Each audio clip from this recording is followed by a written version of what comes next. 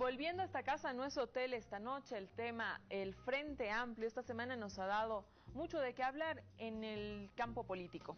Manuel, quiero empezar contigo. Nunca empiezo contigo. No. Voy a empezar con vos. A ver, el Frente Amplio nace con una serie de, digamos, de posibilidades interesantes. Creo que en algún momento la ciudadanía en general vio esa como la opción que realmente podía hacerle frente al movimiento al socialismo. Sin embargo, a un año después, vemos que el Frente Amplio no ha logrado cuajar dentro de la sociedad. ¿Qué te hace pensar a ti cuál sea el motivo? Bueno, un poco en la línea de lo que comentábamos el domingo anterior. Yo creo, digamos, que en el campo de la oposición el Frente Amplio tiene uno o dos rivales que están muy próximos entre ellos, con una, digamos, verdadera fuerza política, en el sentido de, muy parecido a lo que comentábamos con Marcelo Silva, ¿no?, y con Pablo Rosell.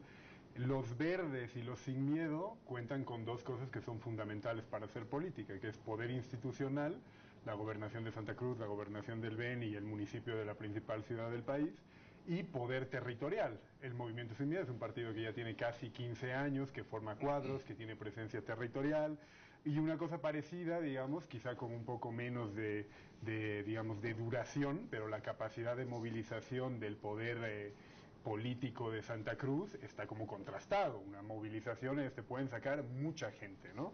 Entonces yo creo que en ese sentido tiene una dificultad el Frente Amplio, que más allá de ciertos momentos de poder agrupar personalidades interesantes o de una buena campaña de comunicación política, yo creo que cuando en el entorno opositor se le presenta una alianza de dos rivales que tienen esas dos condiciones, empieza a ser un poco aguas el Frente Amplio. Luego yo creo que las últimas sumas han sido más perjudiciales que positivas, que se sume Rafael Quispe entrando con condicionamientos a una cosa que supuestamente es amplia, deliberativa. Él entra diciendo: yo voy a tener el 20% aquí, pongo como condición que el MNR esté expulsado del Frente Amplio. Luego vemos que en la encuesta, que ya no fue una primaria, va Eric Morón, va Rafael Quispe. Entonces yo creo que eso manda unos mensajes un poco complicados. Y lo vamos a seguir hablando más adelante. Yo tampoco soy muy amigo de la idea de Frente Amplio, ¿no? En general. María Teresa, el 23 de marzo, si mal no recuerdo, en el Animal Político escribiste algo en relación al tema de lo de la encuesta. Yo quiero que nos cuentes un poquito sobre esto. ¿Tú crees que haya la necesidad de crear un comité electoral para hacer la lectura de una encuesta? Lo que pasa, Susana, con el tema de la encuesta es que yo creo que la idea inicial era muy interesante. A ver, partamos de lo siguiente. Este es un escenario crítico para toda la oposición y creo que todos los frentes o posibilidades que se están nucleando en este momento comparten esas dificultades. Están enfrentando un escenario monopolizado por un partido que está en el poder, que ha ocupado el escenario central del campo simbólico en este momento y discursivo, que tiene, digamos, condiciones muy importantes para ganar, porque eso es obvio. Entonces, están entrando a un escenario ya con una serie de dificultades. En ese sentido, la primera respuesta fue tratar de aglutinar a la oposición, es decir, hacer un solo frente para tener más posibilidades de disputar ese espacio. Ahora, en ese afán de conformar un solo frente han habido muchísimas dificultades y lejos de lo que uno puede suponer, creo que las dificultades programáticas son las menos, porque lo que han planteado los distintos frentes como propuesta para llamar a los demás, convocar a los otros a unirse, son propuestas desde mi punto de vista tan generales y tan, digamos, en el mismo sentido que es bien difícil no estar de acuerdo con ello, digamos, ¿no? Preservar la democracia, resolver los problemas económicos de la gente, inseguridad ciudadana, todos estos puntos creo que son ampliamente compartidos. Siempre decimos el programa es lo primero y me parece que es verdad, pero con las propuestas que se han estado intentando unir creo que no ha habido grandes dificultades. Las dificultades pasan por el otro tema crítico que tiene que ver con la cultura política boliviana, que es el tema de los liderazgos, del caudillismo, de quién estaría a la cabeza de esa fórmula. Entonces, tenía mucho sentido, por ejemplo, hacer unas elecciones primarias entre los candidatos que están ya consolidados como posibles opositores. Por ejemplo, hubiera sido muy interesante en Bolivia tener una primaria entre Juan del Granado, Samuel Doria Medina y, digamos, Rubén Costas, que han sido los tres candidatos más medidos, quizás Félix Pazzi, no sé. Porque así le das la opción al ciudadano que no está de acuerdo con el gobierno a pensar en qué opción es la más interesante, y si hay un acuerdo programático mínimo parecería no haber mayor dificultad. Pero vemos que estos temas son más difíciles de lo que calculábamos, y creo que incluso dentro de los frentes hay estos mismos problemas, porque si te fijas, dentro de los frentes, no son frentes que están solos. El movimiento demócrata ha aglutinado a varios sectores alrededor. Juan del Granado también, he visto hace una publicación de La Razón hace un par de meses, donde estaba una lista de las organizaciones que cada una de estas opciones había aglutinado alrededor. Igual el Frente Amplio tiene bastantes organizaciones alrededor que se han ido sumando. Entonces, creo que al final, como no ha habido eco para poder hacer estas primarias o resolver el tema de la candidatura, se ha optado por un método que desde mi punto de vista, y lo dije en este artículo, me parece que en términos políticos de resultados no es efectivo. Porque, ¿qué es lo interesante de un proceso de selección? Una máxima de la democracia dice certidumbre en las reglas e incertidumbre en los resultados. Y en este caso, las reglas son un poco extrañas, al menos que se haga realmente una transparencia muy grande en esta selección. De hecho, la encuesta no es un mecanismo, es bastante atípico para un fin como este. Y por otro lado, los resultados no son inciertos, porque de entre los candidatos que en este momento están optando, es obvia el predominio que tiene Samuel Doria Medina por todas sus características. Es líder de un partido que tiene más de 10 años de historia, institucionalizado, ha participado en procesos electorales. Nacional, por supuesto, en relación con los otros que, digamos, entrarían, entre comillas, a competir.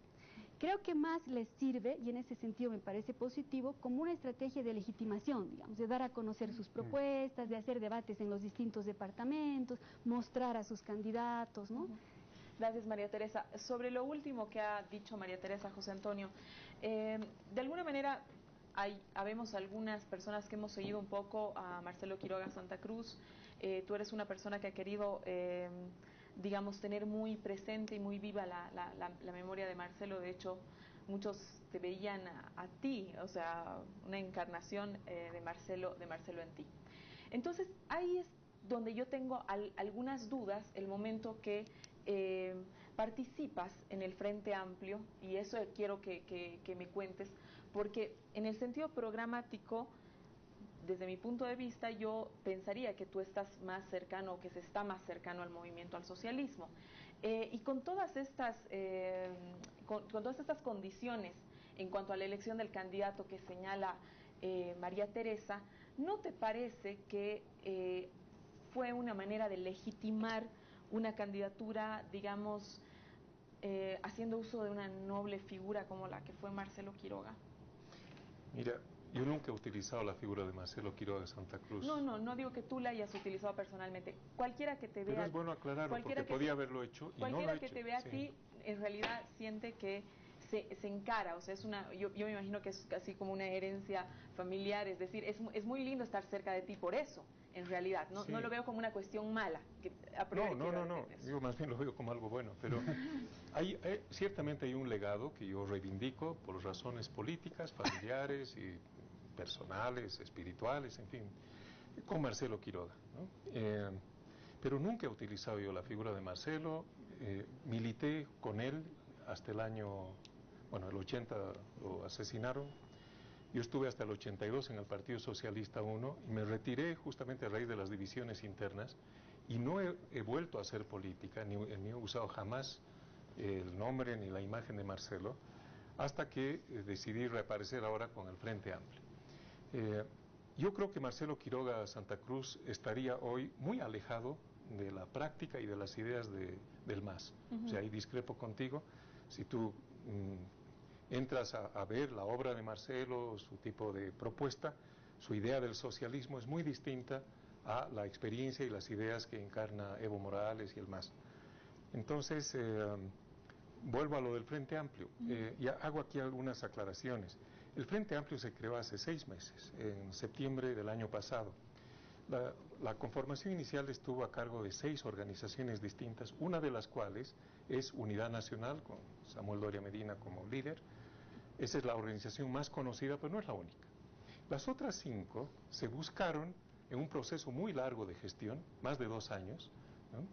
Y la idea del Frente Amplio surge de esas otras organizaciones más pequeñas, ¿no? De carácter más local, como Nuevo Poder Ciudadano, en Santa Cruz, con Germán Antelo, País en Chuquisaca, el grupo nuestro que es el Foro de la Ciudadanía Democrática en La Paz, y otros 2 grupos en Cochabamba, Alejo Calatayud y el la agrupación Martín Ucho. ¿Cuál era nuestra idea inicial del Frente Amplio? Que ahí estuvieran juntos el MCM y Unidad Nacional. Hemos hecho esa gestión reiteradas veces. Juan del Granado rechazó la idea de un frente y rechazó la posibilidad de una alianza con expresiones de la derecha como Samuel Doria. Esas fueron las palabras que usaron. En cambio, Samuel Doria aceptó todos los planteamientos. Y algunas de las cosas que él aceptó no son pequeñas para la existencia de un frente, ¿no? Por ejemplo, hay una dirección colegiada en la que Unidad Nacional tiene el mismo número de representantes que cualquiera de los otros grupos pequeños. Y las decisiones se toman por decisión mayoritaria o por consenso. Ahora bien, el Frente Amplio fue concebido originalmente como una institución para la democracia. No, así dice su declaración inicial, no como una mera alianza electoral o un partido político. Hacer un partido es más fácil, ¿no? Porque tiene mayor cohesión ideológica, hay un liderazgo claro, en fin. Juntar a 6 organizaciones, y ahora ya se han sumado 10 más, ¿no? A unas 15 o 16 organizaciones disímiles en sus trayectorias, en su raigambre social, es difícil porque hay que llegar a acuerdos entre muchas partes. Y eso nos obliga a practicar internamente la democracia que quisiéramos verla puesta hacia afuera. Ahora bien, yo he expresado en esta solicitada no una molestia, sino he explicado por qué no voy yo a participar en la encuesta. Claro, porque tú eras candidato, ¿verdad? No, nunca fui candidato. Mi nombre circuló en los medios como un posible candidato, pero por eso mismo tuve que aclarar de que no era un candidato. Y lo hice porque nosotros creemos que en este momento hay algo más importante que definir al previsible candidato de Buen. Estoy de acuerdo con Marité de que el resultado de una encuesta que mide a través de una sola pregunta la popularidad o el grado de conocimiento de una figura política, obviamente lo más probable es que Samuel Doria termine legitimado y reconocido como candidato del Frente Amplio. Habían otras observaciones al procedimiento. Públicamente yo dije que preferíamos una elección primaria con voto en urna, y lo cual requiere mayor tiempo de preparación, mayor consistencia institucional. Y la convocatoria a esa elección primaria se hizo a los demás partidos. O sea, era muy distinto si ahí participaban Juan del Granado, Costas y otros, que hacer una interna dentro del Frente Amplio. Finalmente se optó por una interna y yo decidí no participar, y con eso cierro por la siguiente razón. Nosotros creemos que más importante que elegir en este momento un candidato para el Frente Amplio es agotar las posibilidades de formar una alianza más amplia. ¿No? Que el frente sea más amplio del que Manuel decía al inicio, ¿no? Y las razones de la necesidad de esta unidad las puedo comentar en el siguiente bloque. Yo te quiero hacer una pregunta. Es muy interesante todo aquello que tú planteas y todos estos mecanismos de representación que incluso han tenido aquellas, digamos, agrupaciones un poco más pequeñas.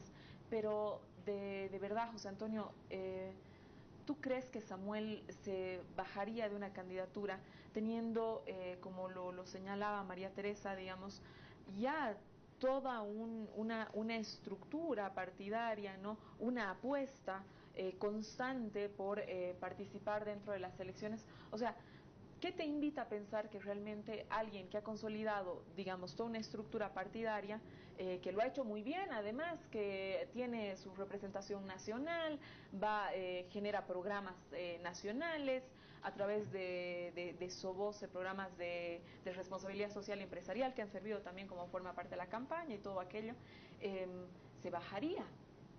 Mira, Samuel Doria ya ha sido candidato a la presidencia 2 veces, ¿no? El 2005 y el 2009. Y el 2005 le fue un poco mejor que el 2009, pero en general no le ha ido bien como candidato. Y por lo tanto, él ha dicho públicamente y dentro del Frente Amplio que si aparece una opción que tiene mayor respaldo que la suya, él puede dejar de ser candidato y la va a apoyar.